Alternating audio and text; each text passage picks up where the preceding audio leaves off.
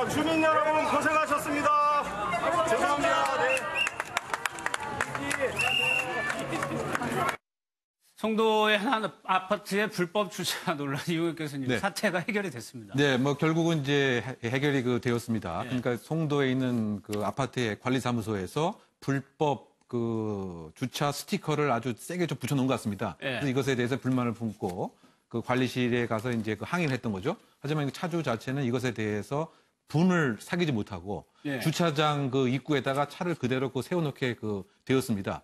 그래서 사실은 이제 주민들이 통행을 못하게 되는 이런 상황에 이르렀고. 그렇죠. 네, 그래서 그 주민들이 메모지가 포스트잇 같은 거를 3일 동안 그대로 붙여나게 되었고. 네. 그래서 본인 자체가 이제 차량에 등록했지만 홀로그램을 받아야 됨을 알지 못한 상태에서 본인의 잘못을 인정을 결국 해서 네. 사과문을 작성하게 되었습니다. 예, 이게 이제 자필로 썼다는 사과문을 주민에게 건네는 거예요. 이것 때문에 해결이 된 거예요. 네, 그렇습니다. 그런데 직접 사과를 하기보다는 주민 대표가 주민들 앞에서 대독을 하는 형태로 이루어졌고, 예. 그래서 결국은 이제 주민들도 뭐 이것에 대해서 용서하는 이제 마음이 생긴 것이었고, 예. 그래서 결국은 사과를 통해서 이 일이 3일, 4일에 그 일이 종료된 이런 상황이었습니다. 사과문을 보니까 뭐 조목조목 잘 썼다. 근데 이 사건을 보면서 소국장님 어떤 점 느끼셨어요?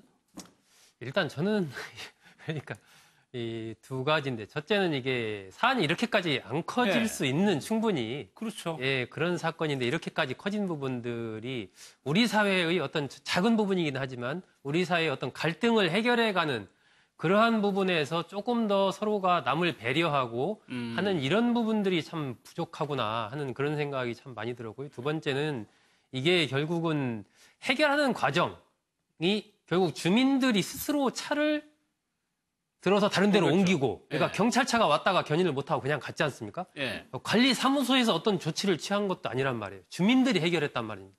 이게 한편으로 본다면 긍정적으로 볼 수도 있는 부분이 있지만 또 한편으로 본다면 이게 그렇게 바람직한 것 같지는 않다. 예를 들면 경찰이 견인차가 왔을 때 거기서 견인을 해 갔어야 되는 거 아닌가? 전 좀 더 적극적으로 예. 그런 생각도 좀 들고요. 관리사무소가 좀 더 적극적으로 이런 문제에 대해서 대처를 했어야 되는 건 아닌가 하는 그런 생각이 좀 드는데 일단은 이 입주자 저분이 이 어떤 공동생활이지 않습니까? 아파트라는 그 공간이. 예. 근데 거기에 대해서 아무리 화가 나는 부분이 있다 해도 다른 사람들의 그 출입 자체를 막는 지하주차장에 그렇게 삐딱하게 차를 세워 놓음으로써 이 부분에 대해서 일단은 반성을 먼저 했어야 되는데 예. 거기에 대해서 오히려 자신은 잘못이 없다. 오히려 관리사무소가 나한테 사과하지 않으면 할 수 없다라고 이런 식으로 처음에 나왔단 그렇죠. 말입니다. 오늘 이제 저 사과문도 보면 크게 보면 세 가지예요. 첫째는 그 부분에서 이 홀로그램을 자신이 출입 스티커를 차에 안 붙여놨기 때문에 이 관리사무소에서 이 불법 주차 딱지를 붙인 부분에 대해서 충분히 그럴 수 있다. 그 내 잘못이다. 예. 라고 반성하는 부분이 하나가 있고 두 번째는 그런 부분에 대해서 이 지하주차장 입구를 막아서 주민들에게 실질적으로 불편을 주었고 그 차를 치우라는 부분에 대해서 오히려 난 치울 수 없다. 전화도 안 받고 뭐 이렇게 적반하장 비슷한 이런 태도로 임한 거. 예. 그리고 세 번째는 그 차가 옮겨진 이후에도 그걸 적극적으로 차를 치우지 않고 오히려 그 중고차 매매상을 보내서 그걸 그냥 치우려는 이런 태도를 보인 거. 이렇게 이제 그런 부분에 대해서 다 이 차주가 또 반성을 했거든요. 예. 이런 부분들을 진작에 좀 초기에 했더라면 뭐 사태가 이렇게까지 안 커지고서도 그렇죠. 해결됐을 텐데 하는 아쉬움이 있습니다. 그러니까 양 변호사님, 근데 이 사건이 마무리가 됐지만은 뭐 남긴 상처들이 있는 게 저 차는 이제 중고 매매상한테 넘어왔고 이 여성 주민도 이사를 갔나 봐요? 그렇습니다. 11월경 정도에 이사를 갈 것이다라고 네. 이제 사과문에도 내용이 담겨져 있는데요. 근데 다만 사과문에는 뭐라 그랬냐면 이 사건 때문에 이제 이사를 결심하게 된 건 아니고 개인적인 사유로 이제 원래 떠날 계획이었다라고 설명을 하기는 했습니다. 그래서 일단은 사실은 뭐 이사가 예정돼 있지 않았다라고 하더라도 이런 상황에서는 사실 많은 대중들은 누구인지 정확하게 인지하지 못할지라도 입주민들은 다 알잖아요. 그렇겠죠. 그렇기 때문에 아무래도 공동생활이 참 힘든 부분이 이사를 가지 않더라도 있을 거라고 생각이 되고요. 네. 일단은 뭐 사과를 해서 다행이기는 하지만 사과가 좀 늦은 감도 사실 있습니다. 그래서 주민들이 저렇게 강경하게 하지 않았으면 아마 사과를 안 하지 않았을까라는 생각도 들거든요. 왜냐하면 처음에 중고차 딜러를 보내가지고 차를 그냥 가지고 가려고 했었잖아요. 예. 그런 걸 본다라고 한다면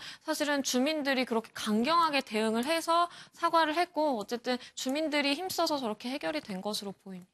잠깐 좀 쓸쓸한 사건인데 그럼 법적인 뭐 처벌도 가능합니까? 여전히 남아 있나요? 일단 뭐 박수 치면서 해결은 좋게 됐어요. 네. 그런데 일단 경찰에서는 일반 교통 방해죄로 조사를 하겠다고 이제 다음 달 2일 날 출석하라고 통보를 했습니다. 네. 그런데 일반 교통 방해죄가 되느냐? 그런데 일반적으로 이제 판례는 설사 저게 사유지 아닙니까? 사유지라 할지라도 일반인의 어떤 교통에 제공되는 곳은 일반 교통 방해죄가 된다.